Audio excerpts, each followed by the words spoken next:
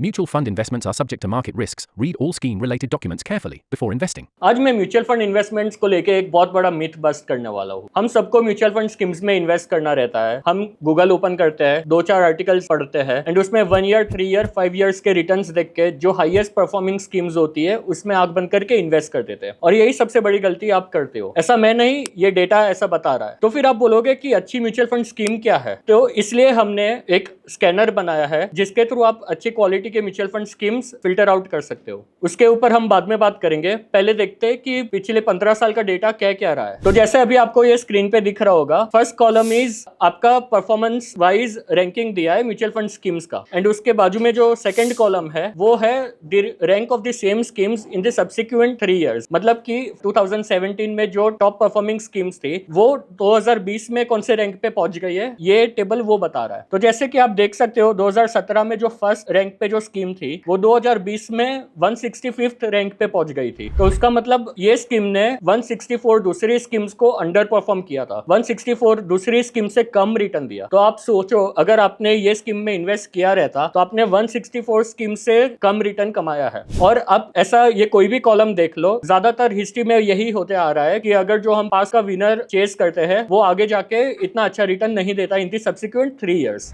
So hi, I am Prasiddh Shroff and I am a CFA charter holder. हमने define edge में mutual fund analysis and investments के लिए एक in house platform बनाया है जिसको यूज करके आपको म्यूचुअल फंड स्कीम्स के बारे में सारा नेसेसिटी डिटेल्स मिल जाएगा, जैसे कि म्यूचुअल फंड के सारे रेशियोज, स्कीम्स के सारे पोर्टफोलियो कंपोजिशन। इसके अलावा हमने बहुत सारे टूल्स भी बनाए हैं जिसमें से एक टूल है MF स्कैनर, जिसके ऊपर आज हम बात करने वाले हैं। तो जैसे ये आपको स्क्रीन पे दिख रहा है कि ये इतने सारे पैरामीटर्स को यूज करके आप MF स्कीम्स को फिल्टर आउट कर सकते हो। तो जैसे कि आई बिलीव कि most of the viewers are equity investors, तो हम पहले first step we will choose the fund category as all equity schemes because we want to run a filter. We want to run the scanner on only equity schemes. अब सीधा आ जाते हैं right hand side of this page, जहाँ पे आपको सबसे ऊपर दिख रहा होगा turnover ratio. So what does turnover ratio mean? Turnover ratio को चर्न रेट भी बोल सकते हैं। ये रेशियो आपको बताता है कि फंड मैनेजर ने पिछले 1 साल में अपने पोर्टफोलियो में से कितने स्टॉक्स चेंज किए हैं। फॉर एग्जांपल लेट्स से at the beginning of the last year fund manager ने 50 स्टॉक्स में इन्वेस्ट किया रहेगा। उसमें से अगर पूरे पिछले 1 साल में अगर फंड मैनेजर 40 कंपनीज चेंज कर रहे हैं, मतलब कि जो 50 कंपनीज थी उसमें से 40 कंपनीज पूरी की पूरी चेंज कर देता है, दूसरी 40 कंपनीज में एंटर करता है, तो ये स्कीम का टर्नओवर रेशियो बन जाएगा 80%। How do we get that ratio? तो 40 डिवाइडेड बाई 50 मल्टीप्लाई बाई 100 करेंगे तो आपको 80% मिल जाएगा। बट इसका एक ड्रॉबैक भी है, जितना ज्यादा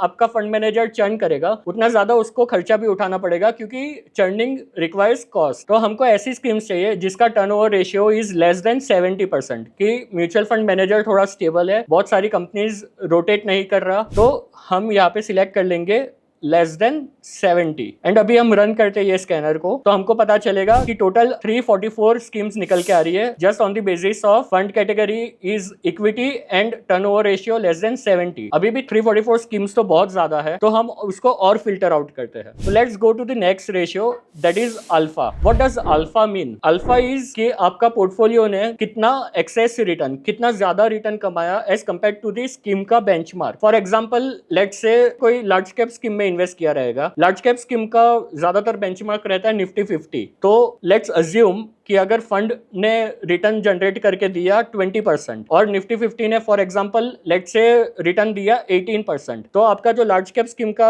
20% है एंड इंडेक्स बेंचमार्क का 18% है, तो वो जो दोनों का डिफरेंशिएशन है दैट इज 2। तो हमको ऐसी स्कीम्स चाहिए जिसका अल्फा एटलीस्ट ग्रेटर देन 1 तो होना ही चाहिए, कि बेंचमार्क से 1% ज्यादा तो उसने रिटर्न कमा के दिया है। तो हम अल्फा भी ले लेंगे ग्रेटर देन 1 एंड वापिस इसको रन करते फिल्टर को। तो पहले 344 कंपनीज, अभी 311 स्कीम्स निकल के आई है। 311 अभी भी बहुत ज्यादा है, तो let's go to the next ratio which is beta. Beta को आप कोरिलेशन भी बोल सकते हो। बीटा ट्रैक्स कि आपका स्कीम मार्केट से कितना ज्यादा डिविएट हो रहा है। तो अगर आपका स्कीम मार्केट के साथ साथ चल रहा है तो आपका स्कीम का बीटा रहेगा 1, क्योंकि मार्केट का बीटा होता है 1। बट इफ मार्केट ज्यादा गिर रहा है एंड आपका स्कीम कम गिर रहा है तो आपका स्कीम का कोरिलेशन कम है एज कम्पेयर टू मार्केट, तो हमको ऐसे स्कीम्स चाहिए जिसका correlation is less than market, क्योंकि हमको बहुत ज्यादा वॉलेटिलिटी नहीं चाहिए, बहुत ज्यादा फ्लक्चुएशंस नहीं चाहिए इन आवर पोर्टफोलियो। तो हम यहाँ पे ले लेंगे बीटा लेस देन 1 एंड वापिस इसको रन करते हैं फिल्टर को। तो वी कैन सी कि अभी 311 में से सिर्फ 245 स्कीम्स निकल के आई है। अभी भी हमको और फिल्टर आउट करना है। So next ratio is standard deviation. Standard deviation is the volatility of the returns of your scheme. हम सबको कम वॉलेटिलिटी पसंद होता है। अगर हम लॉन्ग टर्म के लिए इन्वेस्ट कर रहे हैं तो हमको वॉलेटिलिटी कम होनी चाहिए हमारे पोर्टफोलियो में। तो for that we want the standard deviation और the volatility of our investment to be less than 10%। 10% से ज्यादा मेरी वॉलेटिलिटी नहीं होनी चाहिए। तो हम यहाँ पे रन कर लेते हैं लेस देन 10 एंड सबमिट करते हैं। तो दिखेगा 245 स्कीम्स थी, उसमें से अब सिर्फ 203 स्कीम्स निकल के आई है। 203 अभी भी बहुत ज्यादा स्कीम्स है। तो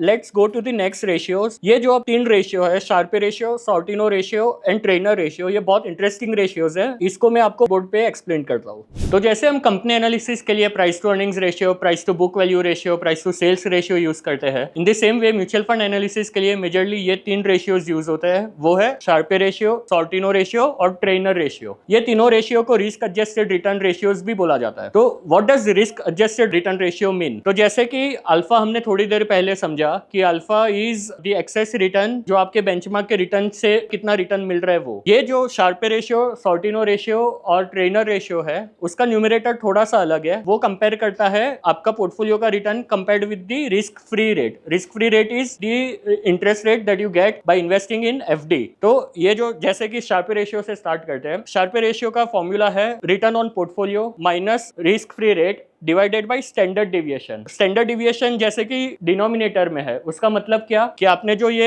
एक्सेस रिटर्न कमाया, रिस्क फ्री रेट से ज्यादा जो रिटर्न कमाया, उसको हम रिस्क से एडजस्ट कर रहे हैं पर unit of risk. For example let's से आपके पोर्टफोलियो ने रिटर्न दिया 22% और रिस्क फ्री रेट है 7%। और जैसे स्टैंडर्ड डिविएशन हमने पहले वीडियो में समझा कि standard deviation is the risk और the volatility of the scheme, वो हम अज्यूम कर रहे हैं कि 10 है। तो आपका शार्पे रेशियो निकल के आएगा 15 डिवाइडेड बाय 10 दैट इज 1.5. तो any ratio that is above 1.5 can be considered as a good Sharpe ratio. अब जैसे Sharpe ratio समझ लिया, in the same way Sortino ratio है। Sortino ratio takes one step ahead of Sharpe ratio. Sortino ratio का numerator तो same ही रहेगा, that is return on portfolio minus risk free rate, but इसके denominator में एक छोटा सा change है, वो है कि सिर्फ negative standard deviation consider करता है। तो जैसे कि volatility ऊपर की साइड भी हो सकती है और नीचे की साइड भी हो सकती है, हमको सिर्फ safeguard करना है नीचे की जो डाउनसाइड वॉलेटिलिटी है उससे। तो इसलिए हम यहाँ पे सिर्फ कंसीडर करते हैं negative standard deviation, that is negative volatility. ये रेशियो भी होना चाहिए greater than 1.5, then we can claim कि ये this scheme is good if the Sortino ratio is greater than 1.5। And in the third place is Treynor ratio. ये Sharpe और Sortino दोनों से ऊपर है। What does Treynor ratio consider is,